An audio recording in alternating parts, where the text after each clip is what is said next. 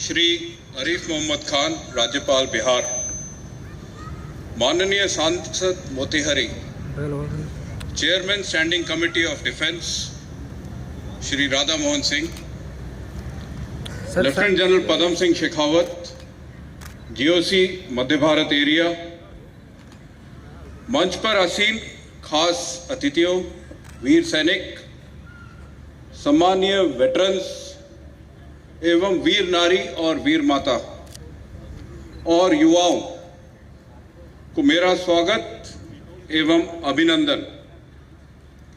Central command और मध्य Bharat area द्वारा आयोजित शौर्य वेदनम उत्सव में आपकी उपस्थिति के इस शुभ अवसर पर मैं आप सबका हार्दिक धन्यवाद और आपको शुभकामनाएं देता हूं।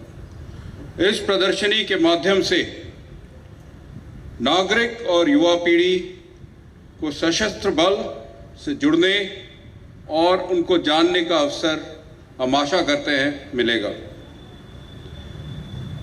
सेंट्रल कमांड के बारे में मैं आपको कुछ बताना चाहता हूं और ये इस वक्त अनिवार्य भी है। सेंट्रल कमांड लखनऊ में स्थापित है और चीन के साथ लगभग 545 किलोमीटर की लाइन ऑफ एक्चुअल कंट्रोल या LAC के लिए जिम्मेवार है, जो कि लद्दाख की सीमा से उत्तराखंड के उत्तर से गुजरते हुए नेपाल की सीमा तक है। इसी के साथ नेपाल की लगभग 80% सीमा उत्तर कमांड हमारे सेंट्रल कमांड की जिम्मेवारी है। मिडिल सेक्टर यानी मध्य सेक्टर जिसे कहते हैं, वह एक महत्वपूर्ण भूमिका भारत के लिए रखता है। यह एक बेहद कठिन इलाका है जो 545 किलोमीटर LAC के नीचे उत्तराखंड के इलाके में है। इस इलाके में और इस विशाल सीमा में केदारनाथ, बद्रीनाथ, गंगोत्री, यमुनोत्री जैसे धार्मिक स्थलों की मौजूदगी है और उसी के साथ यहाँ की चोटियाँ 20,000 फुट तक की भी है। उसके आगे तिब्बत का इलाका या चीन का इलाका शुरू होता है। ये इलाका धार्मिक स्थल करीब होने के कारण और हमारी सीमा ईस्टर्न लद्दाख से लगने के कारण और नेपाल से लगने के कारण बहुत संवेदनशील है। सशस्त्र सेना के कई महत्वपूर्ण military station, ordnance factory, academy और भारी तादाद में वेटरन भी मध्य कमान के हिस्सा है। और इसी के साथ हिमाचल, उत्तराखंड स्टेट, उत्तर प्रदेश, मध्य प्रदेश लगभग 80%, बिहार, झारखंड, उड़ीसा, छत्तीसगढ़, ये 8 राज्य भी इनके एडमिनिस्ट्रेशन, लॉजिस्टिक की जिम्मेवारी जो फौज है यहाँ पे मध्य कमान की है। भारतीय सेना, भारतीय वायुसेना और भारतीय नौसेना के लिए गर्व की बात है कि शौर्य वेदनम उत्सव का आयोजन पहली बार बिहार राज्य में और मोतीहार में हो रहा है।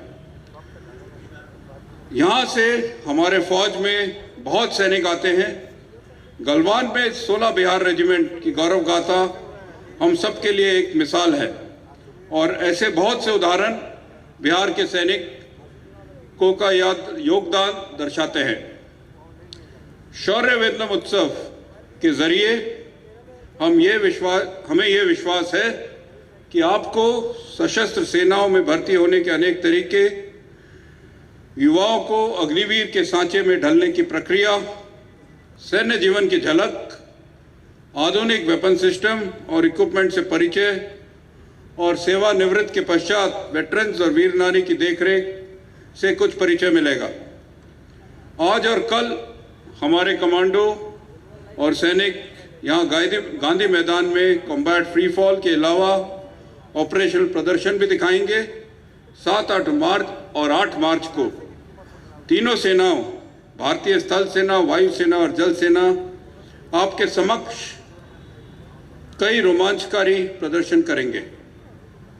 मुझे विश्वास है कि शौर्य वेदनम उत्सव के समापन होने के पश्चात आपको अपने सशस्त्र बलों पर गर्व के साथ साथ पूरा विश्वास होगा कि देश सुरक्षित और विकसित भारत की ओर अग्रसर है।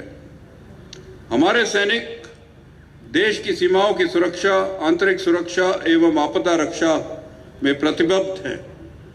हाल में उत्तराखंड के माना गांव में हुए आपदा में हमारे सैनिकों ने भारी बर्फबारी और खराब मौसम की परवाह न करते हुए त्वरित कार्रवाई करते हुए बहुमूल्य जानों को बचाने में सफल हुए। LAC पर भी कई ऑपरेशनल कार्रवाइयाँ की जाती है ताकि हमारे नागरिक वाणिज्य गतिविधियाँ और निर्माण का कार्य शांति से चलता रहे। शौर्य वेदनम उत्सव में आपकी उपस्थिति हमें अपने कर्तव्य में प्रतिबद्ध रहने के लिए प्रेरित करती है।